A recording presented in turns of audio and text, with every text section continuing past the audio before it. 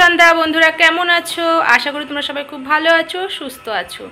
এখন বাজে সন্ধ্যা বললাম, এখন বাজে রাত 8:10।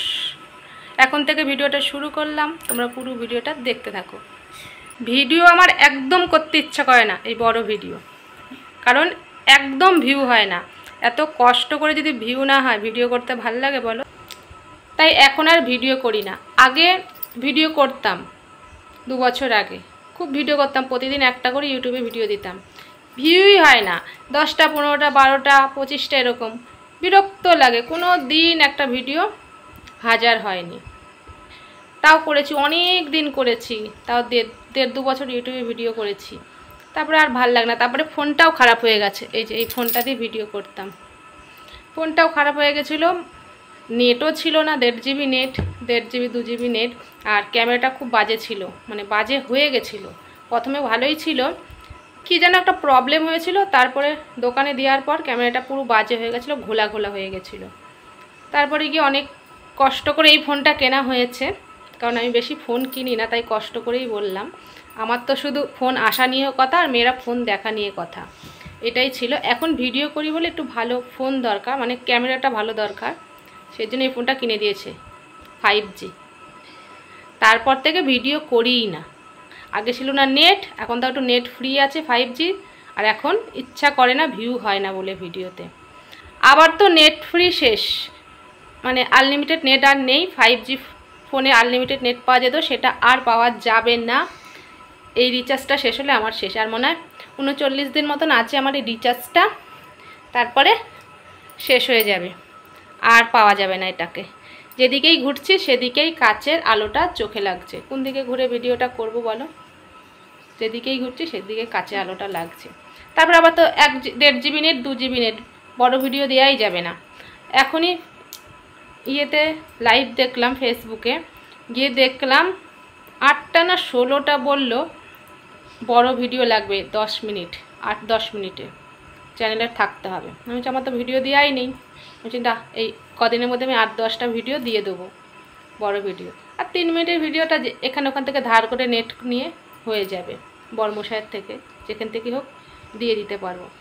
আর বড় 8-10 মিনিট তো পাবো না, মানে নেট পাবো না। কোথায় পাবো? যদি ফ্রি থাকতো ঠিক হতো। কী যে নাটক করে 2 দিন পর পর এই জিও কোম্পানি। কদিন হয় ফ্রি নেট, মানে পয়সাই লাগলো না যখন চালু হলো জিও কোম্পানিটা, জিও সিমটা। সবাই জিওতে নিয়ে তারপরে বাস দিয়ে দিল, ব্যাস। তারপর পয়সা নিয়ে শুরু করলো। এখন আবার ফ্রি নেট করে দিয়েছিল 5G আনলিমিটেড, এখন আবার সেটা বন্ধ করে দিল। এসব মনে ধরে পিটাতে হয়, বিরক্ত। এরকম করাই বা কী দরকার? গাছে ওঠে মই কেড়ে নেওয়ার মতন, গাছে উঠেছে এবার তোমাকে মইটা কেড়ে নিলাম, সেরকম অবস্থা। বিরক্ত ধর। তাহলে আমি আগে যদি জানতাম, এই টাকা দিয়ে ফোনটা কিনতাম না। কারণ আমি ভাবি এটাতে নেট ভরলে আমার এই ফোনটাতে হয়ে যায়, আবার আমার মেয়ের ল্যাপটপেতেও হয়ে যায়। তাহলে আমার ছোট মেয়েটা এই যে এই ফোনটা দেখতে পারে, আর বড় মেয়েটা ল্যাপটপে দেখতে পারে। ও কাজও কিছু করে, সেটাতেও হয়। এখন তো 2 GB নেটে কী করবো? আমি খাবো না ওরা খাবে, না আমার মেয়েরা খাবে, আমার ওই মেয়ে খাবে বলো? আর ভাল লাগছে না। অত পয়সাও নেই যে ওয়াইফাই লাগিয়ে নেব। নিজে যদি ইনকাম করতাম তাহলে ওয়াইফাই লাগিয়ে নেওয়া যেত। নিজে তো রোজগার করি না। বরের পয়সা খেয়ে ফুটানি মারলে হবে? নিজে ইনকাম করলে ঠিক আছে, মারা যায় নেট, তাই না? মানে ওয়াইফাই লাগানো যায়। আর আমার ছোটো মেয়েটার জ্বর এসেছে, এই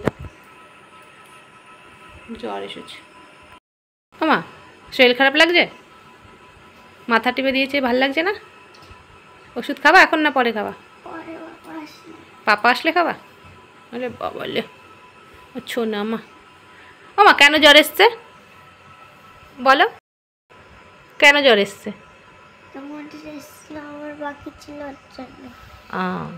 তাই জ্বর এসছে? ওর জ্বর এসছে এই কারণে, আমাদের সবার জ্বর হয়ে গেছে 2 সপ্তাহ 3 সপ্তাহ আগে। ওর শুধু আসেনি, আমার এসেছিলো প্রথমে, তারপরে আমার বর্মশাই এসেছিলো, তারপরে আমার বড় মেয়ে এসেছিলো। শুধু ও বাকি ছিল, ওর চলে এসছে। ও বলছে তোমাদের এসেছিলো তো তাই জ্বর, বললো আমি কেন একা বাকি থাকবো। কিছুক্ষণ আগে বলছিল, পড়তে তো পারিনি, বমি পাচ্ছে, তাই জ্বর, বললো তোর কাছেও চলে আসি, তাই চলে এসেছে। সেটার বলতে ভুলে গেছে, বাচ্চা মানুষ তো বলতে পারলো না। আর যখন মিষ্টি মিষ্টি কথা বলে তখন আর তো ক্যামেরা ধরা হয় না, যখন ক্যামেরা ধরি তখন ওগুলো ভুলে যায়।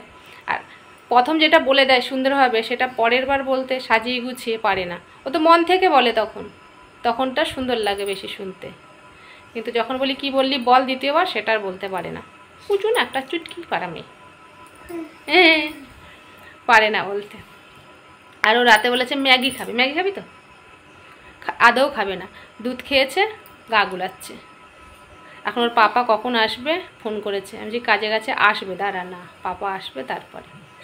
আমার ঘরে দুরবস্থা হয়ে রয়েছে, মেয়েকে পড়াতে বসলাম, মেয়ে তো পড়লো না শরীর খারাপের জন্যে, কিন্তু আমার ঘরে যে এক হাঁটু জামা কাপড় হয়ে রয়েছে কেচেছি, সেগুলো ভাঁজ করিনি, আজকে আর করবো না। এই 8:30 বেজে গেছে, 8:15-20 বেজে গেছে, কে করবে, কালকে করব। দেখবা কত জামা কাপড়, দেখো কত জামা কাপড়, দেখেছো? হাফ জামা কাপড় শুকিয়েছে, হাফ জামা কাপড় ওদিকের ঘরে একটা মেলা আছে। আর এই দেখো আমার মেয়ের পুতুল সারা দিন ঘুমায়, এগুলোও ঘুমাবে রাতে, দিয়ে এটা দিয়ে চাপা পড়বে, এগুলো এখন জেগে রয়েছে, এটার গায়েও জামা পড়বে। এই যে আবার এখানেও শুয়ে থাকে। সুন্দর ঘর বাড়ি সাজিয়ে রেখেছে, দেখেছো? এত সুন্দরভাবে সাজিয়ে রেখেছে, হেভি লাগে দেখো দূর থেকে, বললেও শুনবে না। যদি বলি এরকম করে রাখিস, লোকে আসলে কি বলবে, তাও শুনবে না, সারা ঘরে শুধু খেলাবাটি খেলাবাটি খেলাবাটি করে রেখে দেবে। আরও আছে, ঠিক আছে, সব ওর পুতুলের রাজত্ব। বলছি বলে আবার হাসছিস, দাঁত ফুকলি দাঁতে কাটি, তারপরে টিকটিকিতে মারে লাথি। ময়ূরীর দোষ দিলাম, খেলার জিনিসে সারা ঘর করে রেখে দেয়, ঘর বারান্দা রান্নাঘর সব ঘরই করে রেখে দেয়, এই ঘরেও করে। এই ঘরে বেশি চান্স পায় না, দিদির ঘর তো, তাহলে আবার ধোলাই দেবে। আর ওর দিদি কি করে রেখে দেয়, ওর দিদি একটু তো বড় হয়েছে, কোনো কিছু গোছায় না, ও তাও খেলার জিনিস গুছিয়ে গুছিয়ে রাখে, সুন্দর সাজিয়ে রেখেছে, ও তাও রাখবে না, আবার বললে রেখে যাবে, গোছাতে বললে। চলো দেখাই কীরকম করে রেখেছে ঘর বাড়ি, দেখো দেখেছো? ওর পড়ার টেবিলটা দেখলে পাগল হয়ে যাবো, বললে রেগে যাবে। এই যে রং, এই যে থালা, খাওয়ার থালাটা নিয়ে আসবে, এরকম বাটি ফাটি যে কত নষ্ট করে কোনো ঠিক নেই, যে কাগজ কেটে কেটে কি করেছে, কি বানাবে মনে হয় জানি না, এগুলোর মধ্যে কি বানিয়ে রেখে দিয়েছে, মানে সারা দিন কোনো না কিছু বানাতে থাকবে। এই যে কৌটোটা ফেলে দিয়েছিলাম, রং করে রেখে দিয়েছে, আদৌ কি হবে জানি না। আর এই দেখো, শুধু এইটা দেখো কি সুন্দর টেবিলটা গুছানো, দেখো যত কিছু যা পাবে সবের মধ্যে ঢুকিয়ে দেবে, এত বদমাইশ। আমি যদি বলি একটু গুছিয়ে রাখলে কি হয়, বা আমি নিজেও যদি গুছিয়ে দেয়, তাহলে এসে কি গরম আমাকে দেখাবে, বাবারে। গুছিয়ে রাখলে জিনিস খুঁজে পাওয়া যায়, তোমাকে বলেছি না আমার জিনিস ধরবা না, যেরকম খুঁজে সেরকম পড়ে থাক, একটা জিনিস খুঁজে পাই না। ওর কোনো কিছু গুছালে বলো খুঁজে পায় না, জামা কাপড় বলো, জিনিসপত্র বলো, বই খাতা বলো, ওগুলো খুঁজেই পায় না। আর যদি বলি একটু গুছিয়ে রাখ, লোকজন আসবে, বলছে আমি এক্ষুনি লোকজন পাড়ার থেকে ডেকে নিয়ে আসবো দেখার জন্যে, ঘরে অনেক লোকজন আসে না, এরকম কথাবার্তা। ওই যে কোথার থেকে এসছে জঙ্গল। ময়ূরী তো ছোটো, ও তো একটু বড় হয়েছে, 10-11 বছর হয়েছে, ও শুনবে না, ও সারা ঘর এরকম করে রেখে, যে বই খাতায় দেখো, তবে রাতে সারা খাতা বই করে রেখে দেবে, সারাদিন পড়তে বসবে না, রাত্রেবেলায় পড়তে বসবে, সেই নিশাচর পাখি না নিশাচর পানি বলে না, সেরকম অবস্থা। তখন আমাকেও জেগে থাকতে, মাঝে মাঝে আমি ঘুমিয়ে পড়ি ওই পাশের ঘরে গিয়ে, তুই জেগে থাক, মাঝে মাঝে আবার মা হই তো আবার জেগে থাকতে হয়, ও একা একা পড়ছে, একটু জেগে থাকি, আমি ফোন দেখি, ও পড়ে, ঘুমিয়ে পর বললে তারপরে ঘুমায়। সারাদিন পড়বে না, শুধু রাতে পড়বে, আবার দিন 11টা-12টা পর্যন্ত ঘুমিয়ে থাকবে, বলা যাবে না কিছু। খুব শীত লাগছে, হ্যাঁ ওষুধ খাই দেবো? পাপা আসলেই খাবে ওষুধ, মার হাতে খেলে কী হবে? দুপুরে তো মাই খাওয়ালাম, পাপা তো খাওয়াইনি। হ্যাঁ পাপা পাপা করো, পাপা খাই দেয় ওষুধ। ফ্যানটা বন্ধ করে দিই, ফ্যান বন্ধ করে দিই। নো জানি না জ্বরটা কি এরকমই থাকবে, হালকা না বেড়ে যাবে রাতেবেলা জানি না, অ্যান্টিবায়োটিক আনা হয়নি, অ্যান্টিবায়োটিক একটা ঘরে আছে, ওর বাবা আসুক দেখি। কানের ব্যথার জন্য এনেছিল, কিন্তু কানের ব্যথা জ্বরের অ্যান্টিবায়োটিক এক নাকি জানি না, আসুক জিজ্ঞাসা করবো তারপরে খাওয়াবো। তাহলে চলো বন্ধুরা, ভিডিওটা এখানে রাখছি, ভালো থেকো সুস্থ থেকো, আজকের মতন টাটা, গুড নাইট।